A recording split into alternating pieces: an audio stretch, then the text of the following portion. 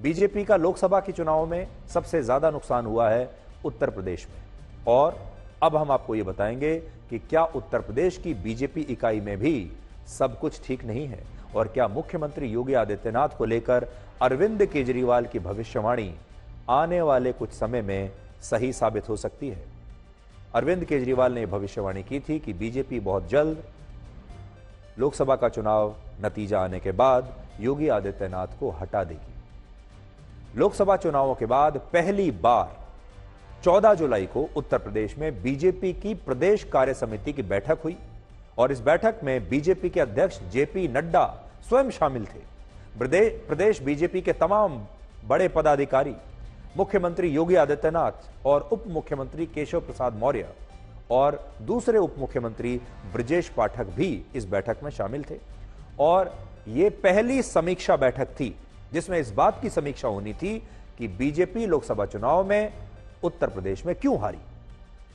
और इस पहली समीक्षा बैठक में मुख्यमंत्री योगी आदित्यनाथ ने उत्तर प्रदेश में बीजेपी की हार के 5 बड़े कारण बताए हैं, जिनमें पहला कारण उन्होंने अति आत्मविश्वास यानी ओवर कॉन्फिडेंस को बताया है।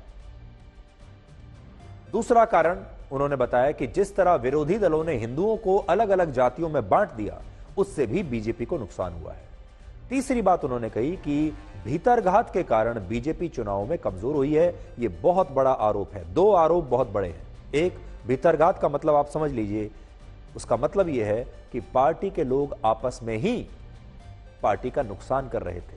पार्टी का नुकसान पार्टी के अपने लोगों ने अंदर ही अंदर किया और बीजेपी के अंदर षड्यंत्र चल रहे थे, इसका यह मतलब है। और यह बहुत गंभीर आरोप है।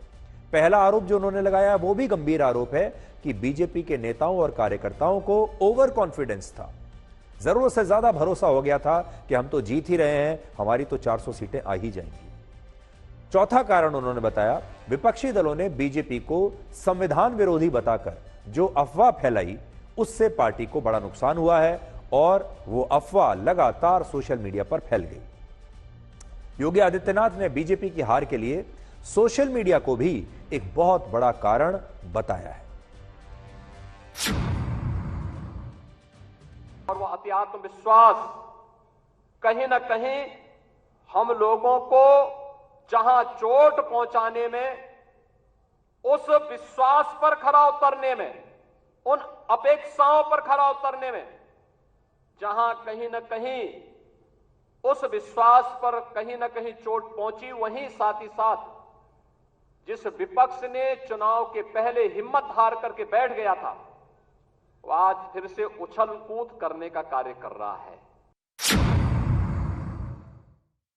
ये जानते हुए, दुनिया की ताकतें जानती हैं, ये समाज बिखरा होगा तो आसानी से शिकार हो जाएगा, एकजुट होगा तो बड़ी बड़ी ताकतें इस समाज की ताकत के सामने धराशायी हो जाएंगे।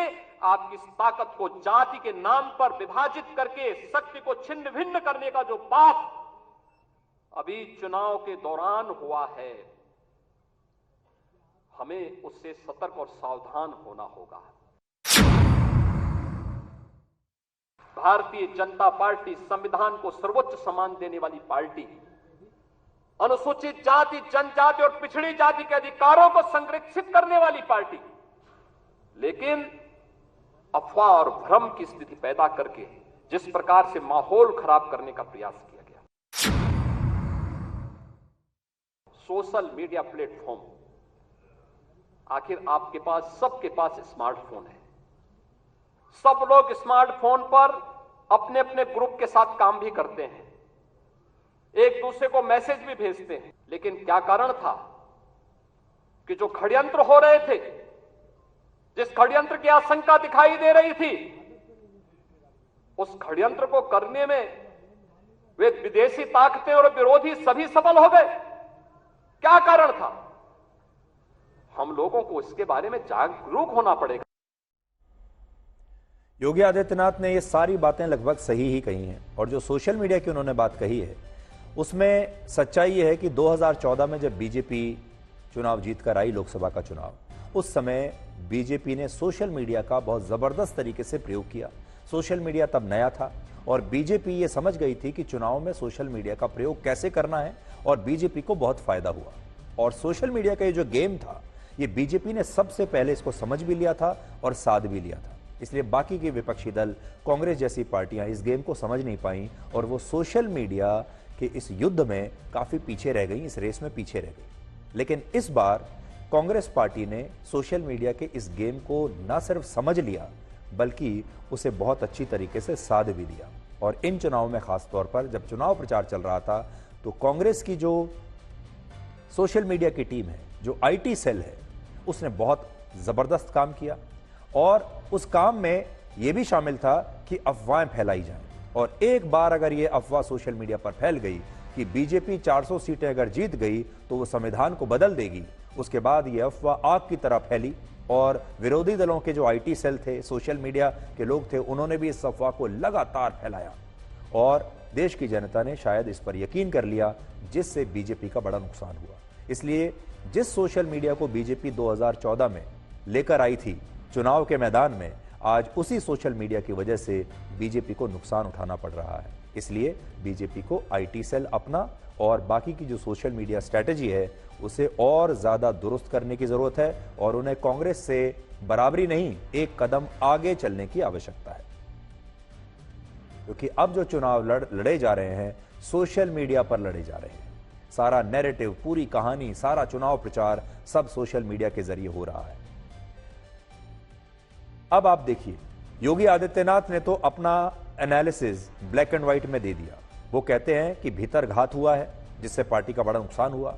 वो कहते हैं कि पार्टी के नेताओं को ओवर कॉन्फिडेंस था कि हम चुनाव जीत रहे हैं, अति आत्मविश्वास की वजह से भी पार्टी हारी। ये दोनों बड़े गंभीर आरोप हैं और ये जो दोनों चीजें हैं, अति आत्मविश्वास और भीतर घात, ये उन पार्टियों में होता है जो पार्टी लंबे समय से सत्ता में रहती है। ये सत्ता का साइड इफेक्ट होता है। जो भी पार्टी लंबे समय से सत्ता में रहती है उसी में भीतरघात भी होते हैं, क्योंकि पूरी लड़ाई पार्टी के अंदरूनी सत्ता के लिए भी होती है और उसी में आत्मविश्वास भी ज्यादा ओवर कॉन्फिडेंस हो जाता है।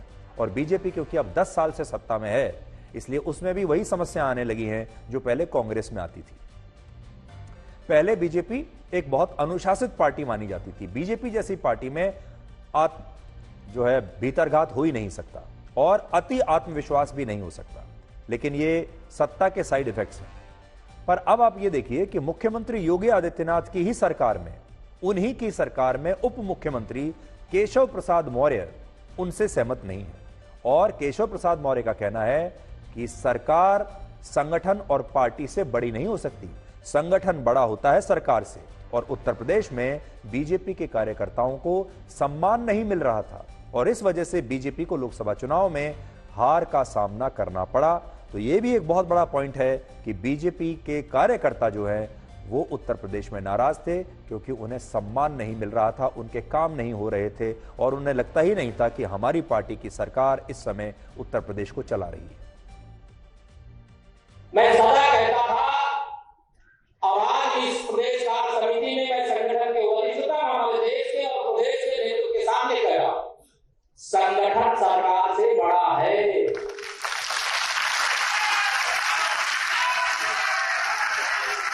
संगठन से बड़ा कोई नहीं होता है। संगठन सरकार से बड़ा है, बड़ा था, बड़ा रहेगा।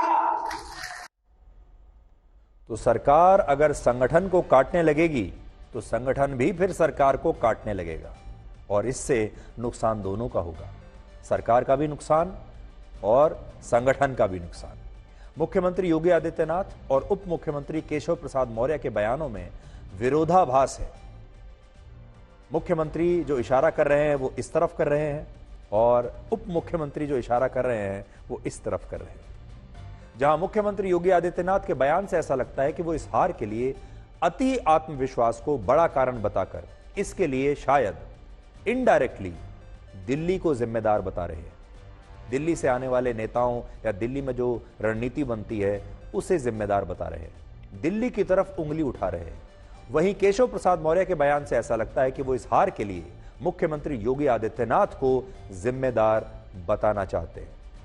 और जब लोकसभा के चुनाव हुए थे तब भी उत्तर प्रदेश से इस तरह की बहुत खबरें आई थी, जिससे यह बताया गया था जिनमें कि बीजेपी कार्यकर्ताओं की ना तो स्थानीय पुलिस थानों में कोई सुनवाई होती है, ना ही सरकारी प्रशासन में बीजेपी के कार्यकर्ताओं की कोई सुनवाई हो रही है, ना ही उनका कोई काम सरकार में होता है। इससे बीजेपी के कार्यकर्ताओं में काफी असंतोष है ग्राउंड पर, और इसीलिए उन्होंने चुनाव में इस बार ज्यादा मेहनत ही नहीं की, क्योंकि जो स्थानीय नेता होते हैं, जो जिला स्तर के नेता होते हैं, वो अपने कार्यकर्ताओं का काम लेकर लखनऊ जाते हैं, क्योंकि वो इसी बात पर अपने कार्यकर्ताओं को कहते हैं कि आप हमें सपोर्ट कीजिए, हमारी सरकार आएगी तो आपका कोई काम रुकेगा नहीं। लेकिन जब सारे काम रुक जाते हैं तो वो भी किस मुंह से कार्यकर्ताओं के पास जाएं और उनसे कहें कि आप दिन रात बीजेपी के लिए मेहनत कीजिए, जिस सरकार में कार्यकर्ताओं का कोई सम्मान ही नहीं हो रहा।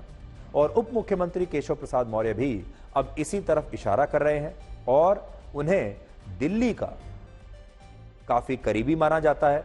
इससे आप समझ सकते हैं कि दोनों जो उंगलियां हैं एक दूसरे पर उठ रही हैं। और इसीलिए आज बड़ा सवाल यह भी है कि मुख्यमंत्री योगी आदित्यनाथ को लेकर क्या अरविंद केजरीवाल ने जो भविष्यवाणी की थी, क्या वो सही साबित हो सकती है। और केजरीवाल ने कहा था कि अगर बीजेपी तीसरी बार भी सत्ता में आ गई तो मुख्यमंत्री योगी आदित्यनाथ को उनके पद से हटा दिया जाएगा। अगर ये चुनाव जीत गए, इन्होंने बीजेपी का एक नेता नहीं छोड़ा। अब अगला किसका नंबर है? योगी आदित्यनाथ। अगर ये चुनाव जीत गए, मेरे से लिखवा लो, 2 महीने के अंदर उत्तर प्रदेश का मुख्यमंत्री बदल देंगे। योगी आदित्यनाथ की राजनीति खत्म करेंगे, उनको भी निपटा देंगे। देखिए, चुनाव प्रचार में बहुत सारे हथकंडों का इस्तेमाल होता है, सोशल मीडिया का भी इस्तेमाल होता है, नारों का भी इस्तेमाल होता है, दुष्प्रचार भी होता है। लेकिन चुनाव प्रचार में कई बार मनोविज्ञान का भी इस्तेमाल होता है और अरविंद केजरीवाल ने इस बार मनोविज्ञान का इस्तेमाल किया और उन्होंने एक ऐसा बयान दे दिया चुनाव से ठीक पहले जिस बयान से आग लग गई। और उस बयान ने बहुत सारी गलतफहमियां बीजेपी में क्रिएट कर दी और इसका एक बड़ा कारण हो सकता है कि अरविंद केजरीवाल ने जो बात कही उसका मनोवैज्ञानिक प्रभाव बीजेपी के नेताओं पर कहीं ना कहीं जरूर पड़ा होगा और हो सकता है योगी आदित्यनाथ पर भी पड़ा हो। लेकिन आने वाले समय में आपको उत्तर प्रदेश में और भी बहुत सारे बदलाव देखने को मिल सकते हैं। हम ये नहीं कह रहे कि मुख्यमंत्री को हटा दिया जाएगा, लेकिन समीक्षा चल रही है और समीक्षा का मतलब होगा कि पोस्टमार्टम किया जाएगा और हर कारण को समझा जाएगा। बीजेपी आज भी सबसे अनुशासित पार्टी मानी जाती है, सबसे बड़ी कार्डर बेस्ड पार्टी मानी जाती है और बीजेपी असफलता को बर्दाश्त नहीं करती। इसलिए उनका जो नेतृत्व है वो तुरंत इस काम में अब लग चुका होगा कि जो भी गलतियां हुई हैं, जो कमियां रही हैं, उन्हें कैसे जल्दी से जल्दी ठीक किया जाए, कैसे उन्हें जल्दी से जल्दी फिक्स किया जाए। ये काम शुरू हो चुका है और उत्तर प्रदेश जैसे बड़े राज्य में आपको बहुत जल्द 2 तरह की चीजें मिलेंगी। आपको मतभेद भी देखने को मिलेंगे, आपको विरोधाभास भी देखने को मिलेगा, लेकिन आपको कुछ बदलाव भी देखने को मिलेंगे।